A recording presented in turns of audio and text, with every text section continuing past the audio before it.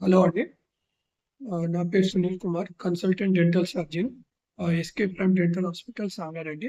ఇవాళ టాపిక్ వచ్చేసి gum recession అండి. అంటే ఏంటంటే చిగుళ్ళు కిందకి జారిపోవడం. సో, పళ్ళు పొడవుగా కనిపియడం. కారణం ఏంటి అనేది చెప్తాను.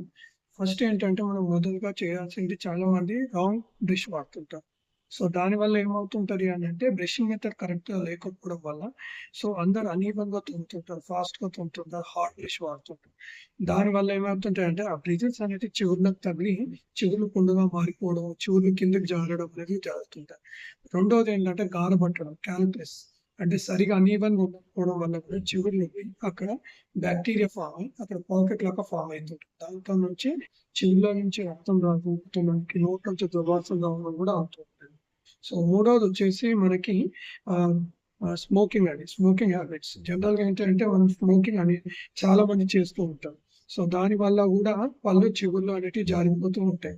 సో, ఫోర్త్ వచ్చేసి మనకి ఆహ్, గ్రైండింగ్ అండి. అంటే నిద్రలో పళ్ళు కొరకడం అలాంటి వాళ్ళు చేస్తుంటారు. దానివల్ల గూడా చిగుర్లు అనేటివి డ్యామేజ్ అవుతుంటాయి.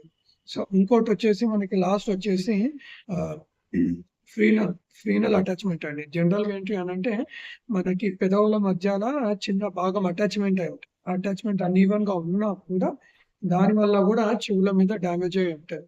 సో, వీటికి పరిష్కారం ఏంటి అంటే సహజంగా మనం బ్రషింగ్ మెథడ్స్ అండి. బ్రషింగ్ టెక్నిక్స్ అనేవి చేంజ్ అవ్వాలి. ఫస్ట్ ఇంకోటేంటంటే బ్రష్ మనం స్మూత్ బ్రష్ వాడాలి. లేదంటే మనకి జిగ్‌జాగ్ బ్రష్ అనేది వాడుతూ ఉండాలి. Brushing methods compulsory. ఆ బ్రషింగ్ మెథడ్స్ వాడుతూ ఉంటే మనకి ఈ వీటి నుంచి అవాయిడ్ చేసుకోవచ్చు. రెండోదొచ్చేసి ఏంటంటే స్మోకింగ్ క్విట్ చేయాలి కంపల్సరీ. స్మోకింగ్ చేయడం వల్ల గూడా ఈ చెవుల మీద ప్రభావం అనేది చూపిస్తది. మూడోదేంటంటే నిద్రపోయేటప్పుడు పళ్ళు కొరకడం లేదా కోపంగా ఉన్నవారికి పళ్ళు కొరుకుతూ ఉంటారు. వాటికి జనరల్‌గా అప్లయెన్సెస్ అనేవి ఇస్తాం.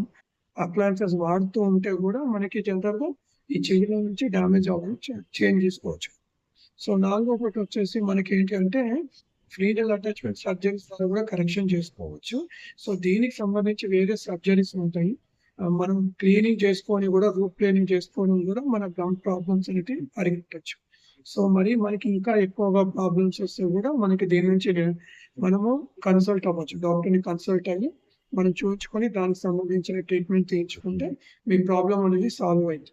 అండ్ రెగ్యులర్‌గా ఎవ్రీ 6 మంత్స్ క్లీనప్ చేయించుకుంటే గూడా పళ్ళు, చెవులు అనేటివి గూడా బాగుంటాయి.